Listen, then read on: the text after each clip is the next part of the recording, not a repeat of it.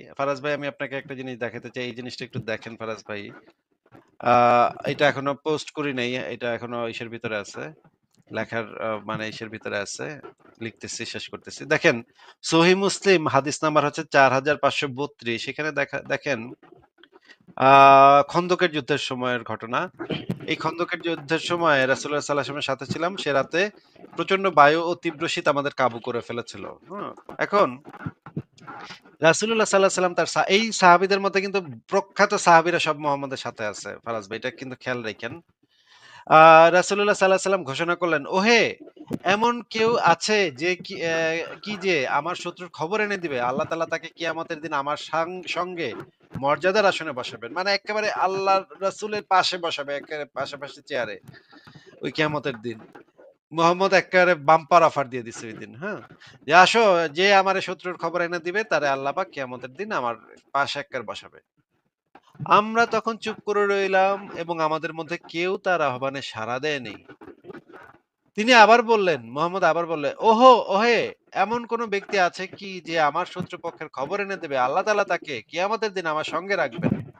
এবারও আমরা চুপ রইলাম আর আমাদের মধ্যে কেউ তার আহ্বানে সাড়া দেয়নি। তিনি আবার ঘোষণা করলেন, ওহে! এমন কেউ আছে কি যে আমাকে শত্রুপক্ষের খবর এনে দিবে? আল্লাহ তাআলা কিয়ামতের দিনে তাকে আমার সঙ্গে রাখবেন। এবারও আমরা চুপ করে রইলাম এবং আমাদের কেউ তার আহ্বানে সাড়া দেয়নি।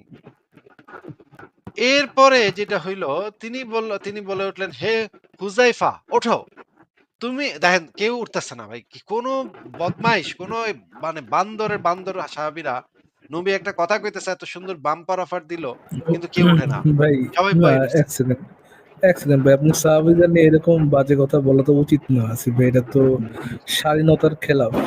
হয়তো বা সাহাবীরা বসে বসে ভাবছিলেন, গাটু তোর কাছে যদি আল্লাহ ওহি পাঠায়, তুই আল্লাহরে জিজ্ঞেস করস না কি জন্য?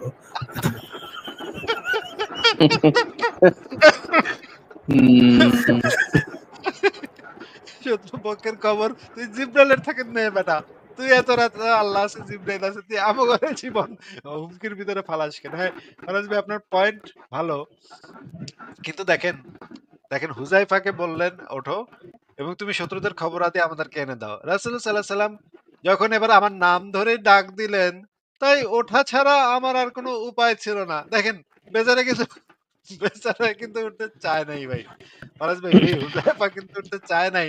কিন্তু নাম ধরে ডাকতেছে এখন। এখন কি একটা ভেজালের ভিতরে পড়লাম। এখন তো নাম ধরে ডেকে ফেলাইছে, এখন তো উঠতেই হচ্ছে। এখন হুযায়ফা উঠল।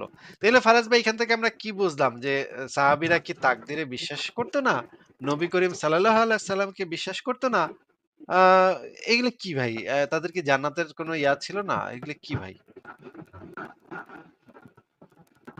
হ্যাঁ ভাই, আমার মনে হয় তো বিশ্বাস করতেন, কিন্তু ভাবতেছিল যে যে তোর গান্ডের ঘরে গান্ডু, তোর কাছে আল্লাহ ওহি পাঠায়, তুই আল্লাহ জিজ্ঞাসা না করে আমাকেও জিজ্ঞেস করছ কি জন্য? তুই তো আল্লাহরে জিজ্ঞেস করতে পারস।